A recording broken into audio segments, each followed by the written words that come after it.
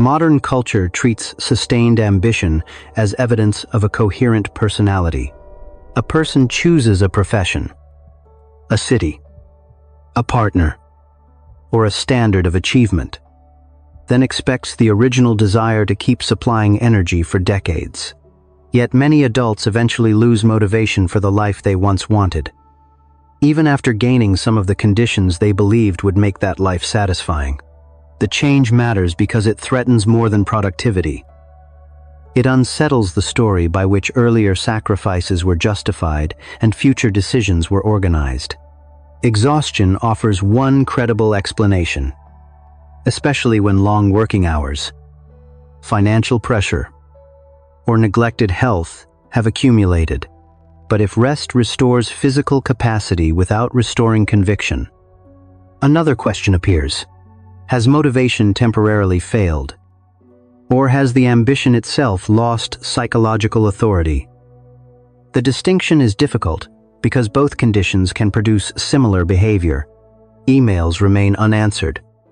Projects take longer. Promotions provoke indifference. And familiar routines require an unusual amount of effort.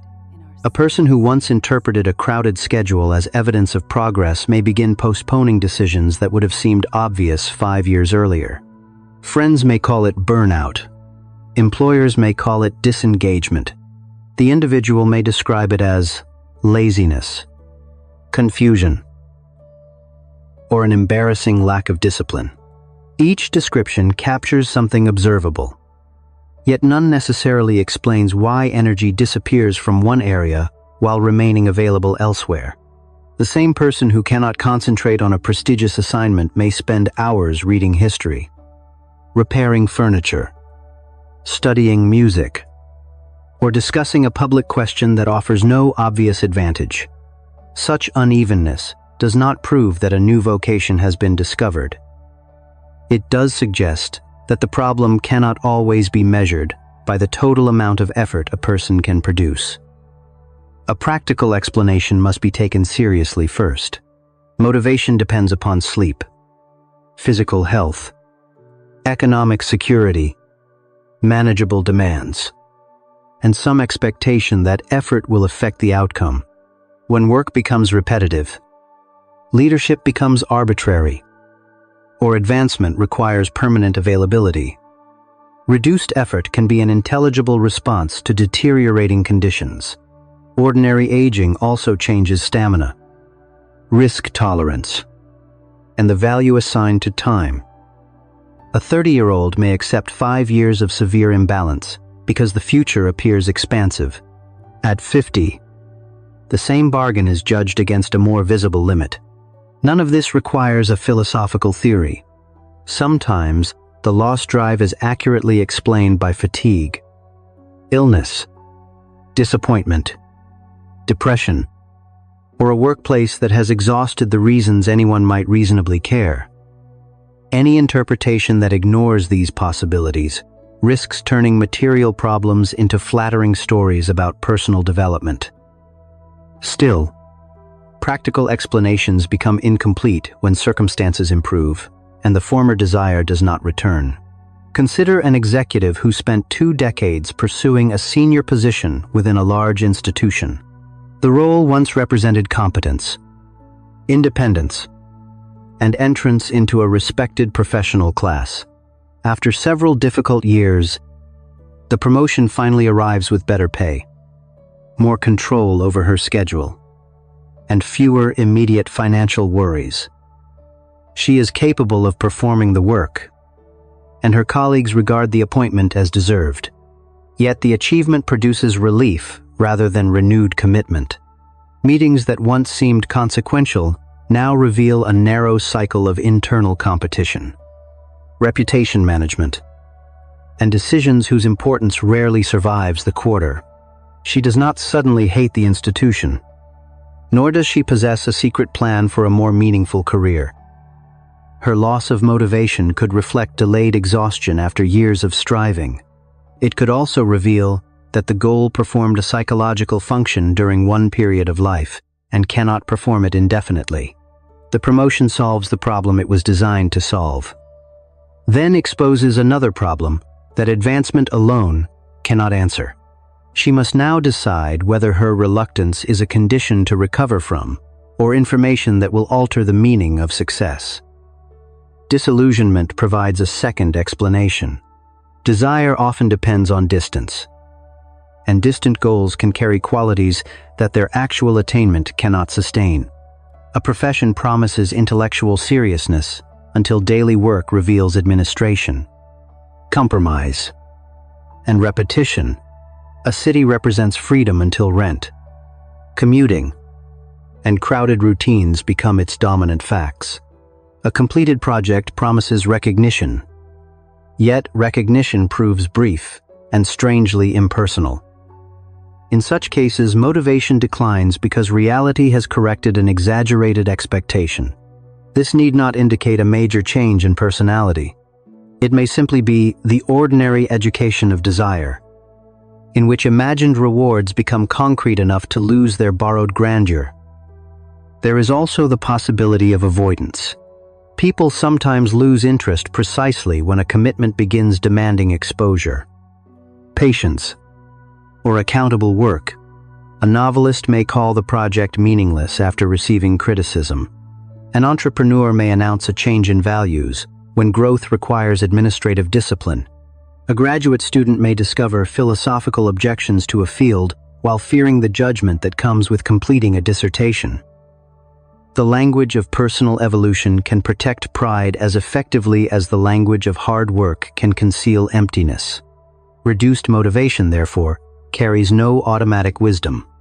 It can indicate that an aim has been outgrown, but it can also disguise fear of failure, fear of success, resentment toward limits, or disappointment that reality did not reward effort quickly enough.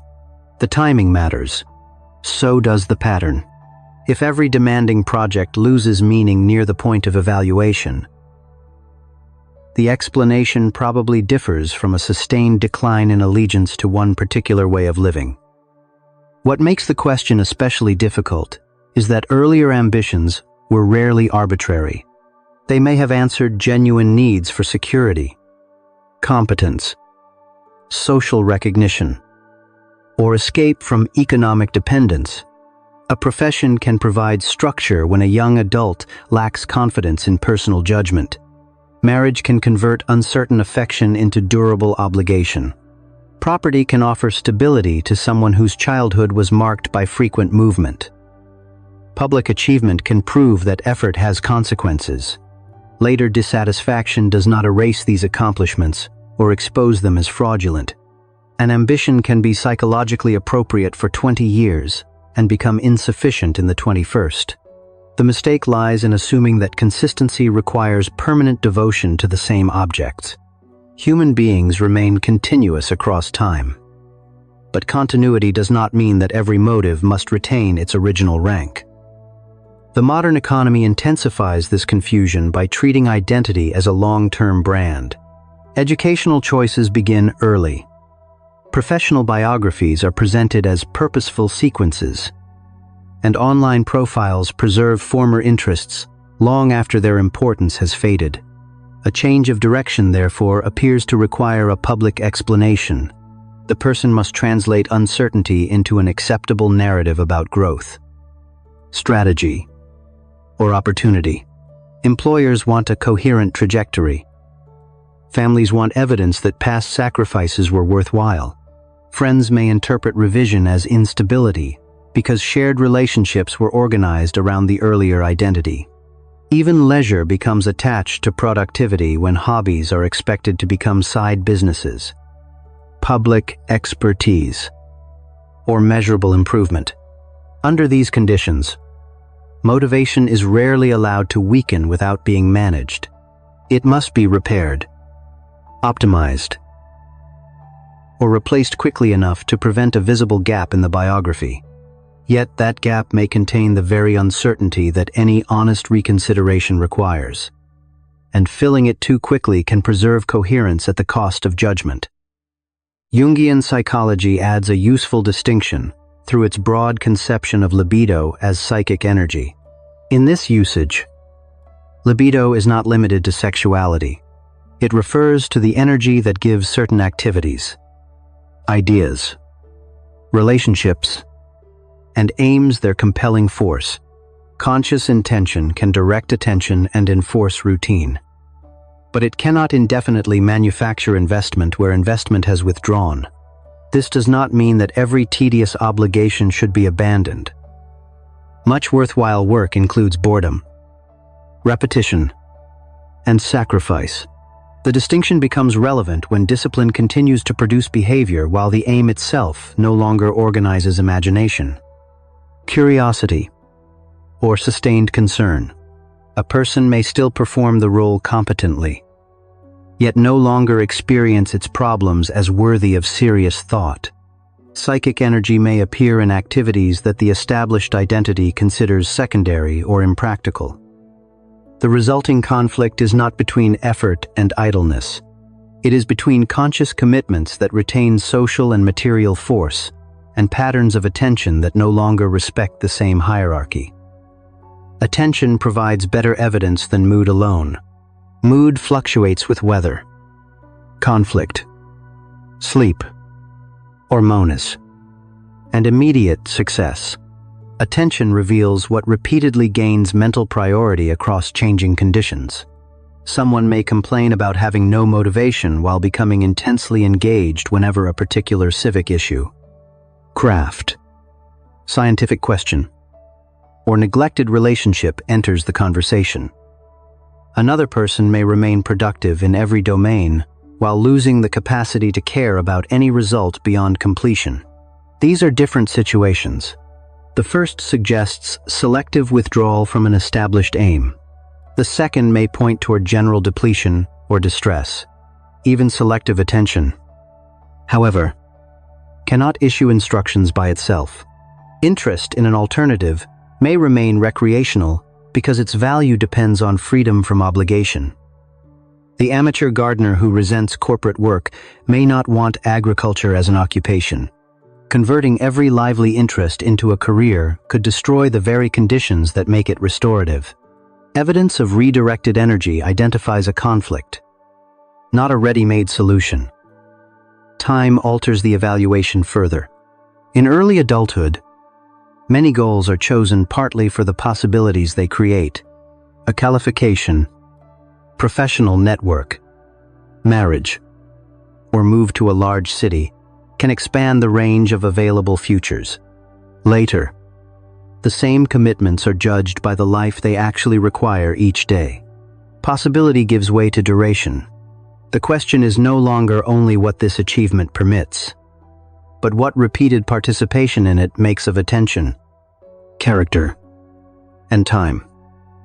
A career may remain respectable while requiring forms of competition the individual no longer wishes to cultivate.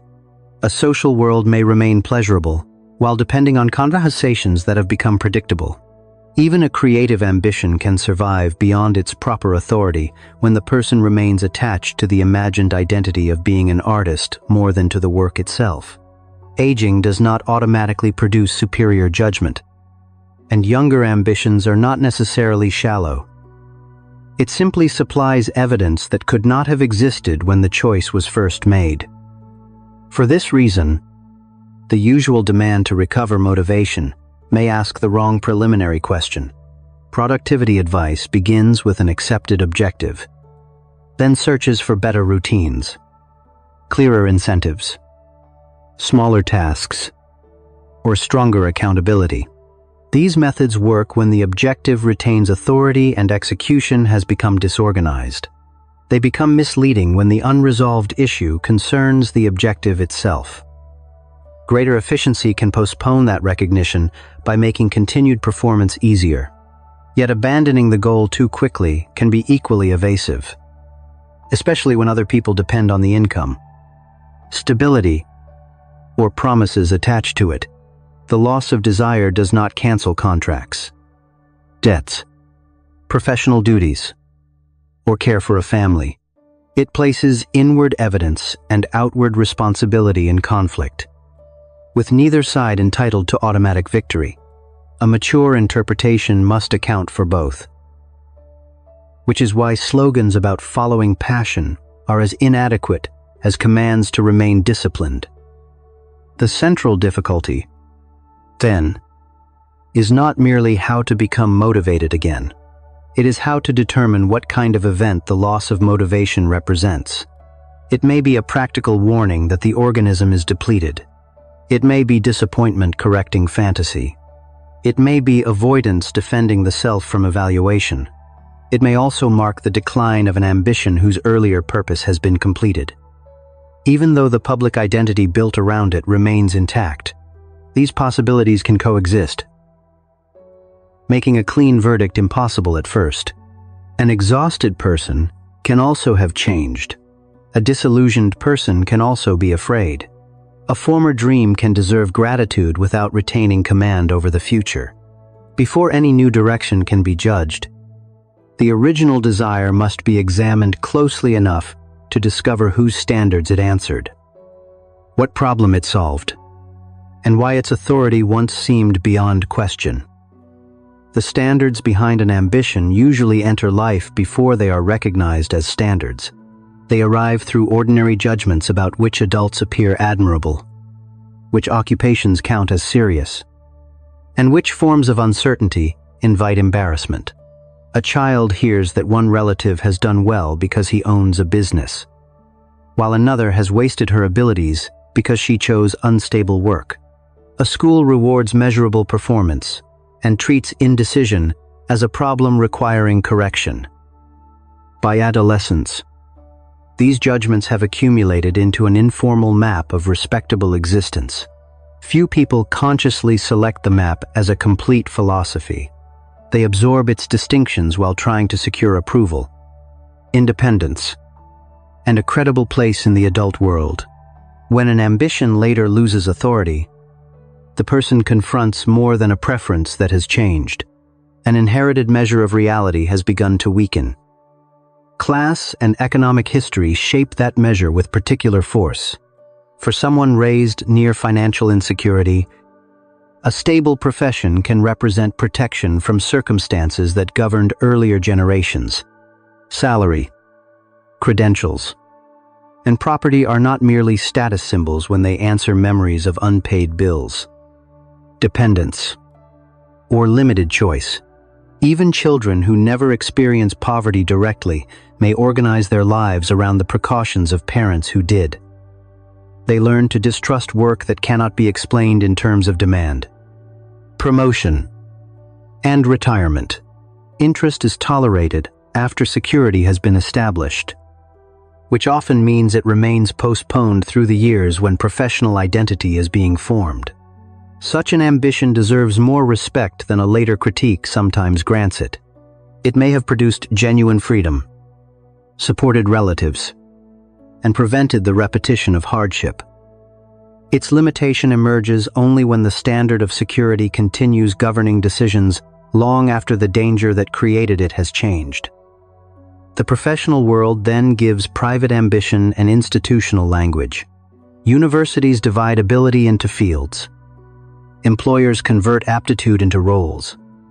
And industries offer recognizable stages through which a successful life can be narrated. Advancement becomes especially persuasive because it combines money, competence, and social proof in one measure.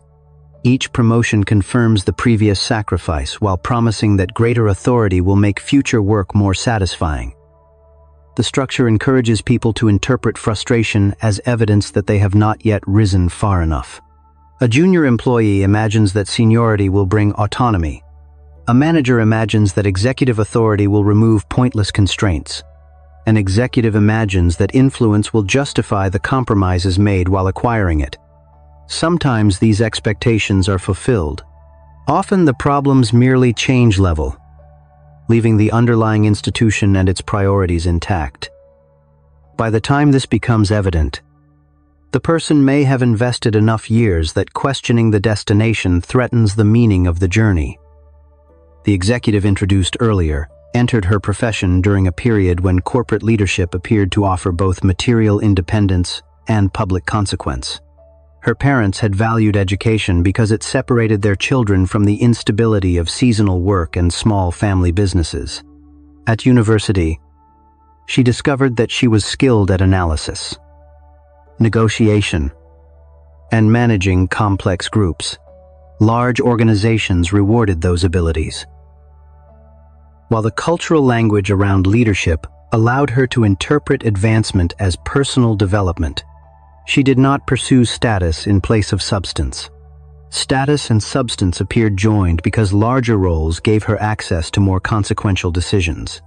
For many years, the connection held. Her income increased, her judgment improved, and people depended on her competence. The ambition was therefore neither imposed from outside nor generated in isolation.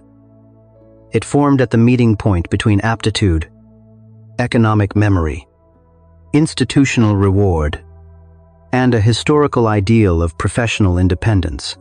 Any later attempt to call the ambition false would distort the intelligence with which she once pursued it. Gender can complicate this history without determining it. For many women who entered professions previously dominated by men, achievement carried meaning beyond individual advancement. Competence challenged assumptions about authority, financial dependence, and whose judgment could shape public decisions. Refusing an opportunity could therefore feel like surrendering ground that earlier women had fought to enter. For some men, professional success carried a different inherited burden, since worth was closely tied to provision, endurance, and visible command. In both cases, the career could become linked to a collective struggle that made personal ambivalence difficult to admit. Losing interest seemed morally suspect because the role represented more than employment.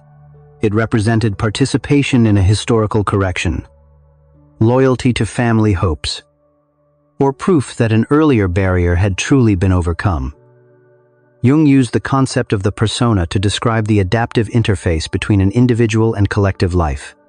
The persona enables a person to occupy a social position, communicate competence, accept responsibility, and become legible to institutions and other people. It is not simply deception. A physician requires a professional manner that prevents every private mood from entering the consultation. A judge must act through standards that exceed personal preference. A parent adopts forms of steadiness that may not reflect each passing emotion. Problems arise when the social role ceases to function as one relation to the world and becomes the principal measure by which all other motives are judged. The person no longer says that this is the role currently performed. The role determines what kinds of interest, doubt, and possibility are allowed to count as serious. Psychic energy may then continue supporting the public performance because obligations remain real, while withdrawing from the identity that once made the performance personally convincing.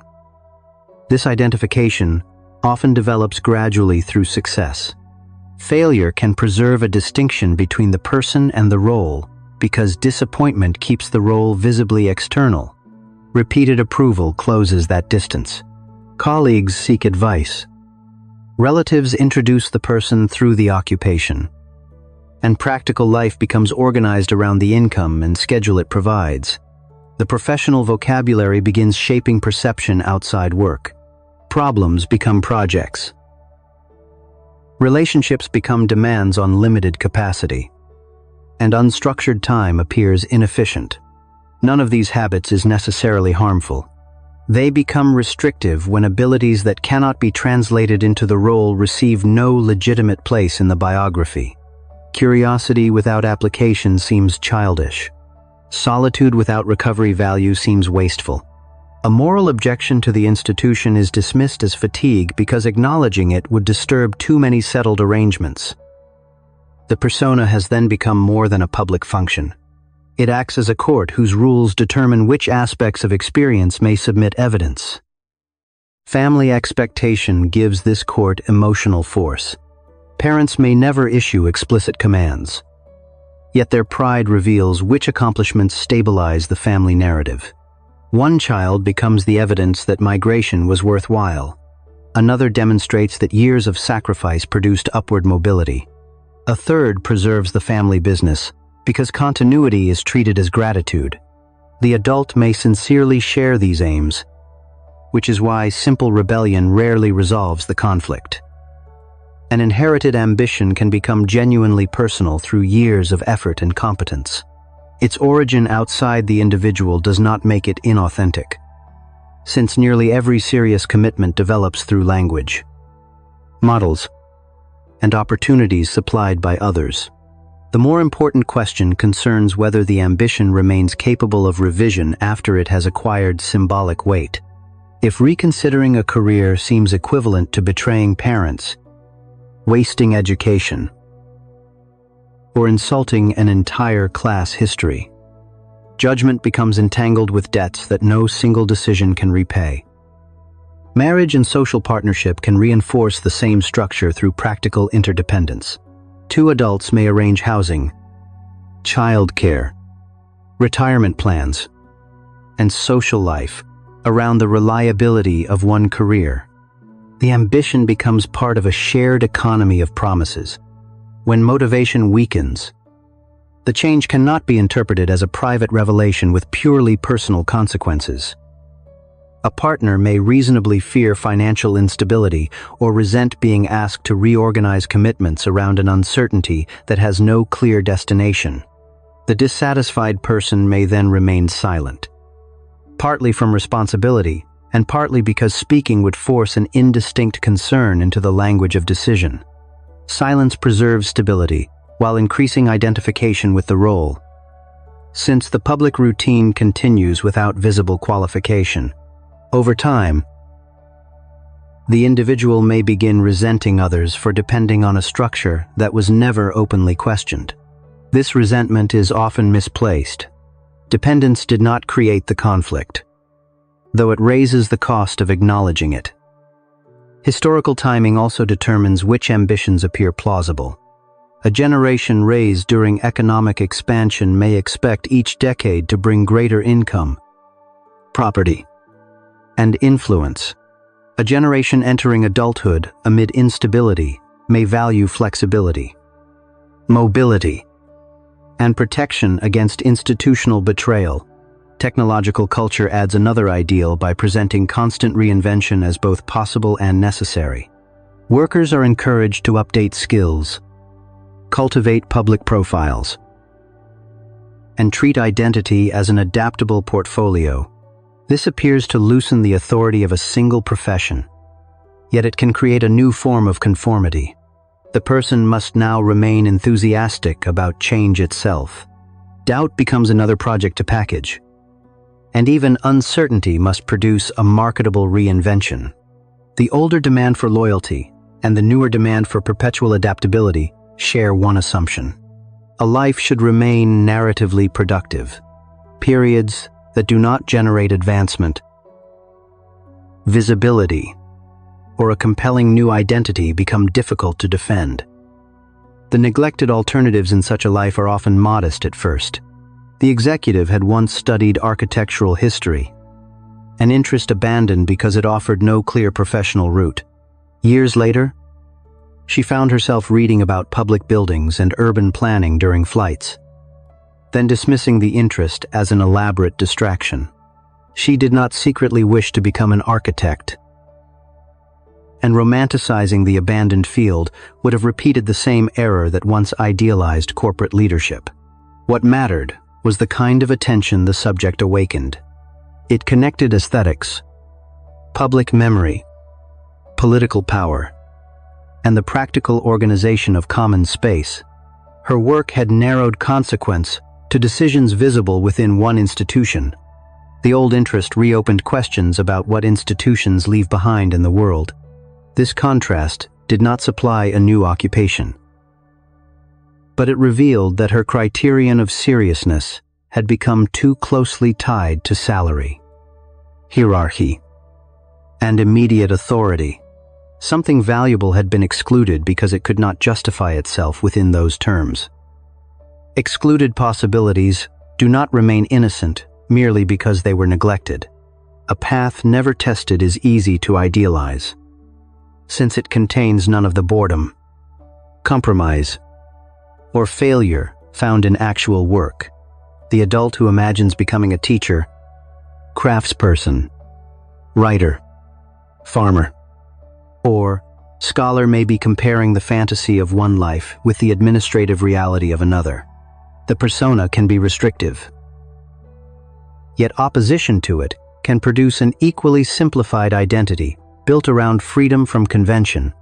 A person who leaves a respected profession may discover that the supposed alternative depended on leisure, financial protection, or the pleasure of remaining unmeasured.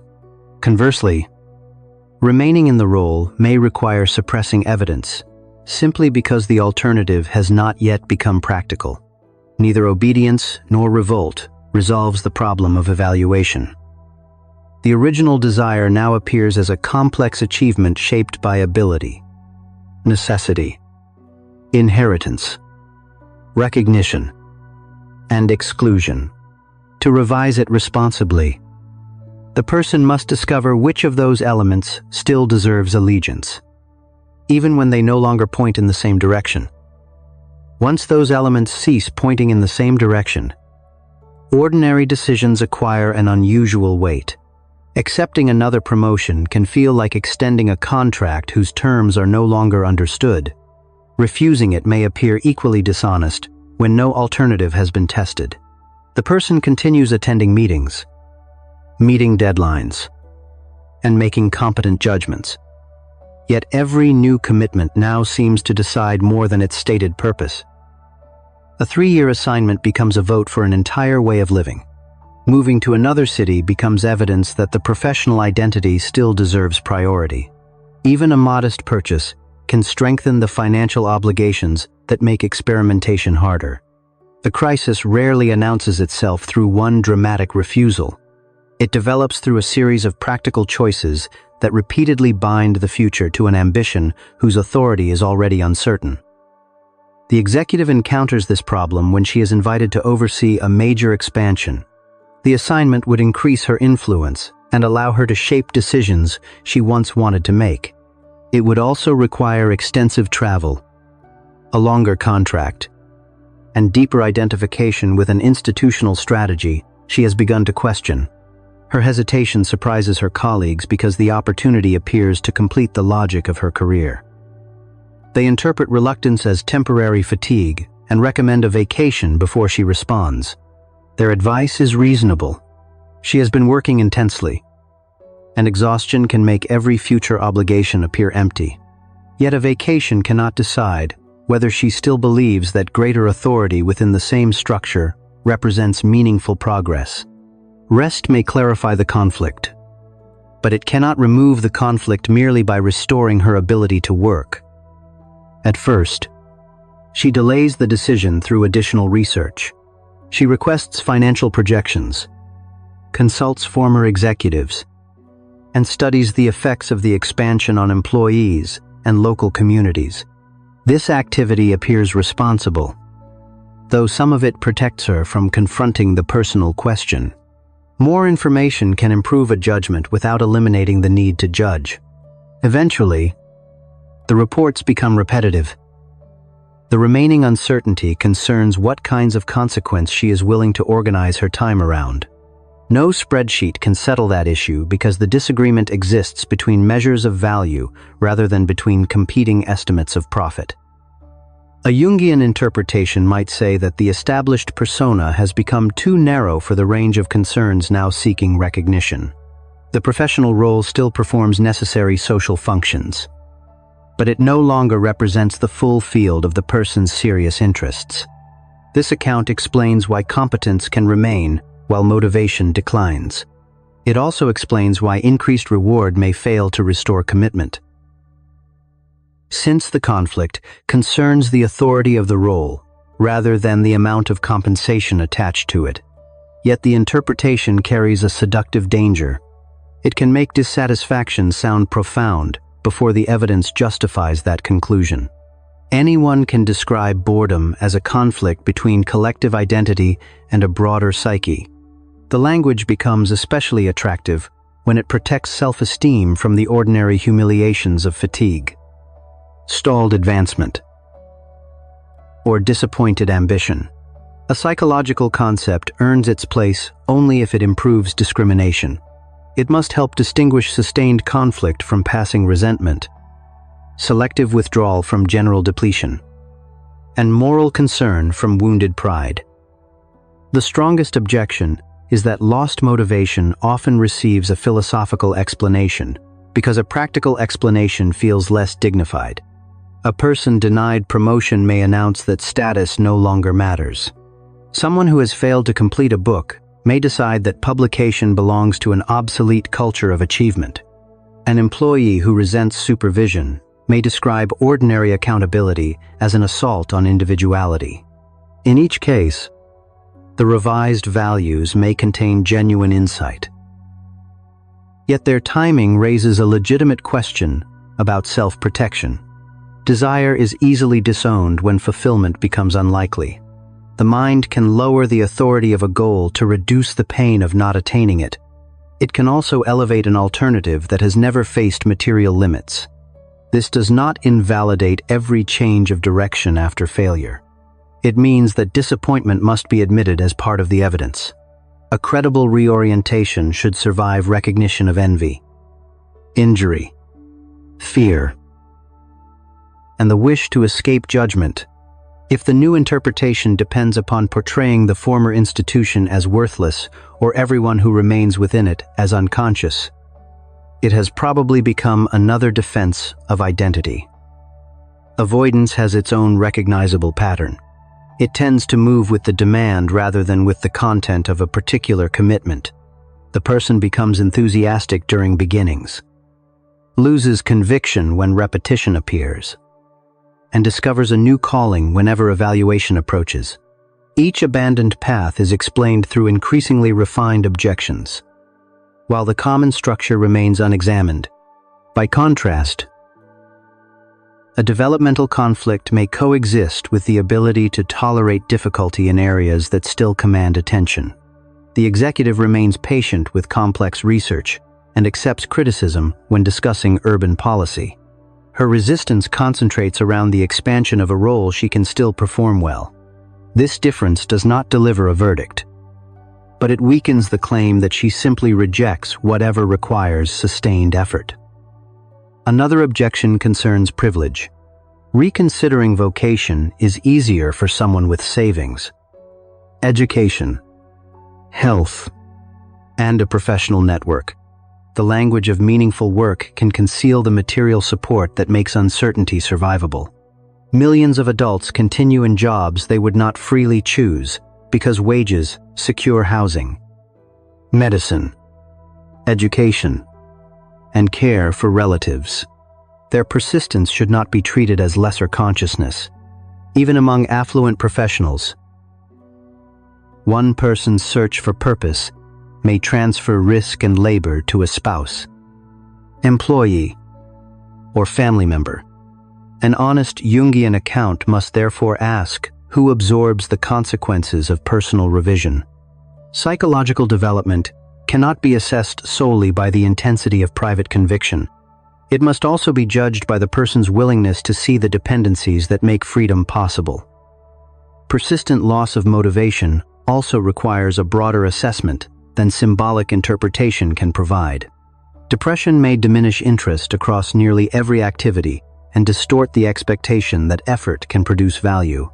Sleep disorders, hormonal changes, medication effects, chronic illness, grief, substance use, financial anxiety, and prolonged workplace stress can alter concentration and initiative. These conditions do not become psychologically meaningless because they have physical, relational, or situational causes. They do require appropriate evaluation rather than automatic translation into a story about adult development. A person who has withdrawn from relationships, neglected basic responsibilities, or lost pleasure across the whole of life may need medical or mental health support. Symbolic meaning and clinical reality can coexist, but neither should be used to erase the other. Even when the developmental reading survives these objections, it offers no immediate escape from routine. The executive still has a contract, employees awaiting a decision, and a household partly organized around her income. She cannot suspend consequence while examining meaning. If she accepts the expansion, she may gain time and resources for later revision, though the new obligations could make revision less likely.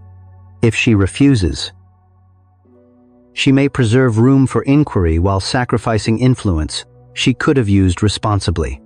Resignation would create the clearest break. Yet clarity of action does not guarantee clarity of motive. Remaining may reflect courage, fear, prudence, or inertia. Leaving can express the same four possibilities. The visible decision alone cannot reveal the quality of the judgment behind it. Public identity makes the cost more severe because the individual must tolerate being misread. Colleagues may assume that health problems, family conflict, or professional disappointment explain the hesitation. Some will interpret it as ingratitude after years of institutional support. Others will romanticize the decision and encourage a dramatic departure that serves their own fantasies about freedom. Neither response provides reliable guidance. The person who has long depended on external recognition may try to replace one approving audience with another, trading corporate prestige for admiration as someone brave enough to walk away. This preserves the structure of dependence while changing its symbols.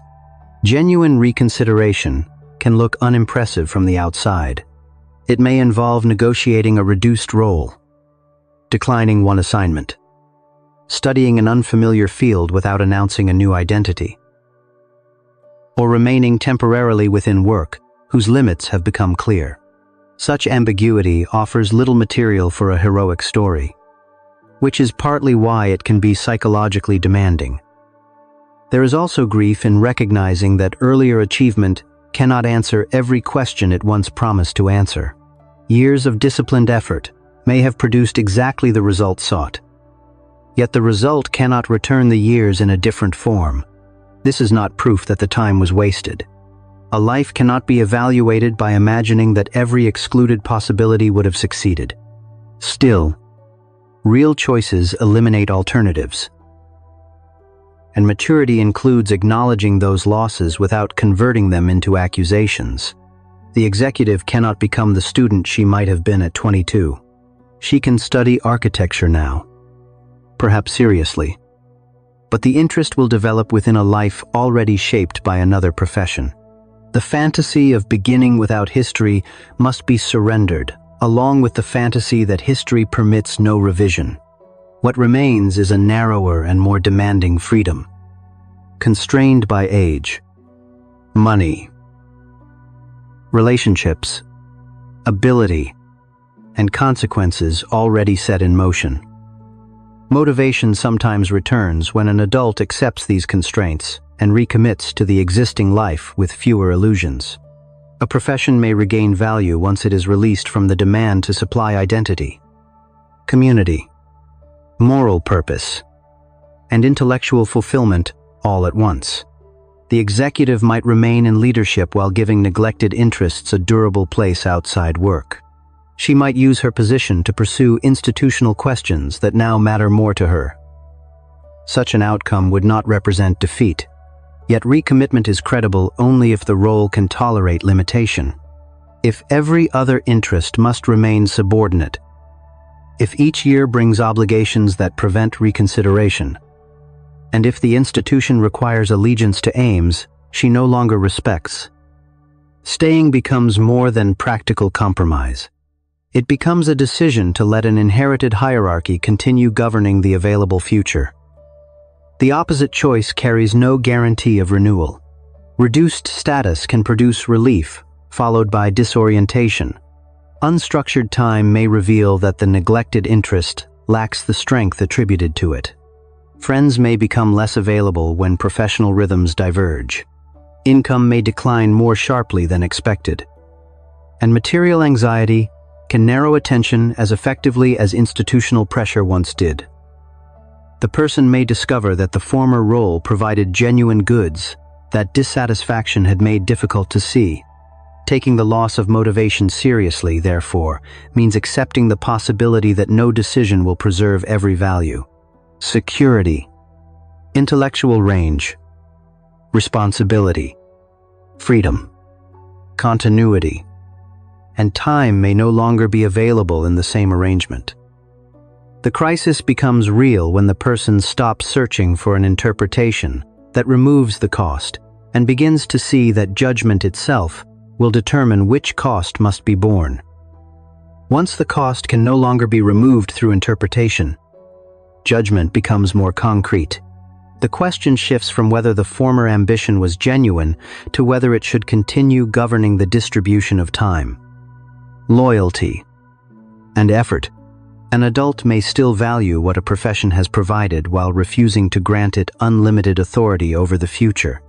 Another may discover that dissatisfaction arose from conditions that can be changed without abandoning the field. Reorientation begins when the original goal is separated into its components: income, competence, status, service, intellectual interest, and belonging may once have arrived together. They can later diverge, requiring each to be evaluated on its own terms. The first relevant criterion is vitality. Understood without romantic exaggeration, vitality does not mean constant enthusiasm or the absence of boredom. Serious work often becomes interesting only after attention survives an unrewarding beginning. A commitment possesses vitality when its difficulties continue to provoke thought, when its unanswered questions remain worth pursuing, and when effort produces more than the desire to finish. This differs from stimulation, which fades quickly, and from recognition, which depends upon an audience. The executive may find that certain institutional problems still command her intelligence, even though advancement itself no longer does. If so, the profession has not become empty. Its meaning has narrowed from a total identity to a particular field of responsibility. That narrowing can be clarifying because it allows the work to be judged by what it actually contains, rather than by every promise once attached to it. Responsibility provides a second criterion and frequently restrains the conclusions suggested by vitality. An interest that generates strong attention may still be unable to support a household or honor existing commitments. This does not make the interest trivial, though it affects the form it can presently take. Likewise, an established role may deserve continued effort because other people reasonably depend upon promises made through it. Responsibility differs from indefinite surrender. A promise has content, duration, and conditions. It should not become a vague claim that every arrangement must remain unchanged because change would inconvenience someone. Yet the individual cannot define those limits alone when obligations are shared. Reorientation becomes credible when consequences are discussed with those who will bear them, including consequences that disturb the preferred personal narrative. Reality testing then becomes essential. An alternative must eventually encounter schedules, standards, criticism, cost, and repetition. The executive's interest in architectural history might survive as reading, develop into formal study, influence her existing work, or prove less durable once it requires disciplined research. Each outcome supplies information. None needs to be forced into a new career identity. The aim is to discover whether attention can become commitment under real conditions. Fantasy thrives when alternatives remain exempt from inconvenience. A serious possibility gains definition by meeting limits and continuing to justify some portion of the life assigned to it. The same testing applies to the existing profession. Before treating departure as inevitable, the person can examine whether the role contains negotiable elements that habit has made appear fixed. Authority may be used differently. Travel may be reduced. A promotion may be declined without resignation. Specialized work may replace general management. A fixed schedule may create room for study, civic participation, or creative practice. Institutions vary in their willingness to accommodate such changes, and some will interpret reduced ambition as disloyalty. Still, the attempt reveals whether the conflict concerns the profession itself or the particular arrangement through which it has been lived. If a modest renegotiation restores sustained engagement, the loss of motivation may have been directed toward expansion rather than toward the whole field. The executive eventually declines leadership of the expansion while remaining in her current position for a defined period. She explains that she no longer wants increased authority purchased through greater distance from the questions she considers consequential. Her decision disappoints several colleagues and complicates succession planning. It also reduces the likelihood of another promotion. She does not present the refusal as a discovery of her real calling, since she has not discovered one. Instead, she uses the retained income and more stable schedule to study urban history through a university program and to advise a local preservation organization. The arrangement is inelegant. Her days contain obligations from two worlds of work, and neither grants her a complete identity. Yet the divided structure produces better evidence than either immediate resignation or automatic advancement would have produced. Over time, the experiment changes how she evaluates attention. Some aspects of urban history that fascinated her as a reader become tedious under academic discipline. Archival work demands patience she had underestimated, and public preservation involves political compromises, familiar from corporate life. The alternative loses part of its imagined purity. At the same time, certain questions continue to hold her through difficulty, especially the relationship between private development and public space. She begins bringing that knowledge into conversations about the company's properties and community obligations. The two fields do not merge into a perfect vocation. They correct one another. Corporate experience makes her skeptical of symbolic gestures without funding, while historical study challenges the short time horizon through which the company defines consequence. Her motivation returns selectively, attached to a more limited and defensible purpose. This outcome is only one possibility. Another person may discover that the existing role permits no meaningful renegotiation. The institution may require permanent availability, ethical compromises, or continued pursuit of goals the individual can no longer support.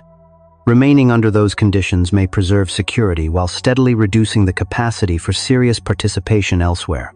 Departure can then become responsible, provided its costs are neither concealed nor transferred without consent. A different person may remain because material duties outweigh the available alternatives, yet reduce the psychological demand placed upon work. Meaning may be distributed across family, craft, friendship, public service, study, or religious commitment. No universal arrangement can decide how many functions employment should serve. The relevant issue is whether the arrangement can be inhabited without repeatedly falsifying what matters and who pays for it. Freedom in this context is modest. It does not consist of escaping every inherited influence. Since language, education, class, family, and history remain present in any new choice, nor does it require rejecting the persona, which continues to make social cooperation possible. Freedom appears in the capacity to recognize the role as a role, to revise its authority, and to accept responsibility for what revision disrupts. A person becomes less governed by compulsion when prestige can be weighed rather than automatically obeyed, and when doubt can be examined without automatically becoming a command to leave. This freedom may produce a less impressive biography. It can also produce a more accurate one, because continuity no longer depends upon pretending that every earlier desire remains sovereign. There is dignity in remaining as well as leaving. Someone may reconsider a profession, and decide that its limitations are tolerable because the work serves a real need, supports valued relationships, and leaves sufficient room for other commitments. Such a decision differs from recovering the original excitement. Mature allegiance often has a quieter basis than youthful ambition. It knows what the institution cannot provide and ceases demanding that it provide everything. Conversely, departure can be justified without condemning the former life. Gratitude and refusal can coexist. The years devoted to an ambition may have developed abilities, supported others, and disclosed the limits that only participation could reveal. Ending its authority does not require rewriting the past as a mistake. The disappearance of motivation therefore becomes meaningful through the quality of inquiry it produces. If it leads only to passivity, contempt for obligation, or endless fascination with unrealized alternatives, it has not yet become a reliable guide. If it prompts careful attention to health, circumstances, repeated patterns, material duties, and the actual character of competing commitments, it can reveal a change that discipline alone would obscure. The evidence accumulates slowly through what sustains concentration, what survives inconvenience, what can be shared honestly with others, and what consequences the person is prepared to accept. Motivation is then treated neither as a command nor as a defect. It becomes one source of information within a judgment that must also include reality, history, and responsibility. Some losses remain unresolved even after a decision is made. The executive may wonder whether she declined her greatest opportunity too soon. A person who leaves may miss the competence and recognition attached to the former role. Someone who stays may continue imagining the work that received too little time. No arrangement eliminates the unlived possibilities created by choosing. The demand for certainty often disguises a wish to act without grief. Adult decisions rarely offer that privilege. A chosen direction becomes credible through sustained participation and correction, not through a moment of complete conviction. Doubt can remain without controlling every subsequent move. Losing motivation for a life once wanted is therefore neither a verdict against that life nor an instruction to preserve it. It marks the point at which inherited ambition, practical obligation, and present attention can no longer be assumed to agree. The task is to decide which claims still deserve authority and which have been surviving through momentum, while refusing the flattering fiction that every new desire represents wisdom. A former ambition may be resumed on different terms, limited to its proper function, combined with another commitment, or relinquished after its costs have been faced. What changes is the standard by which continuation is judged. A life becomes more deliberate when its direction is no longer defended merely because an earlier self once needed to want it.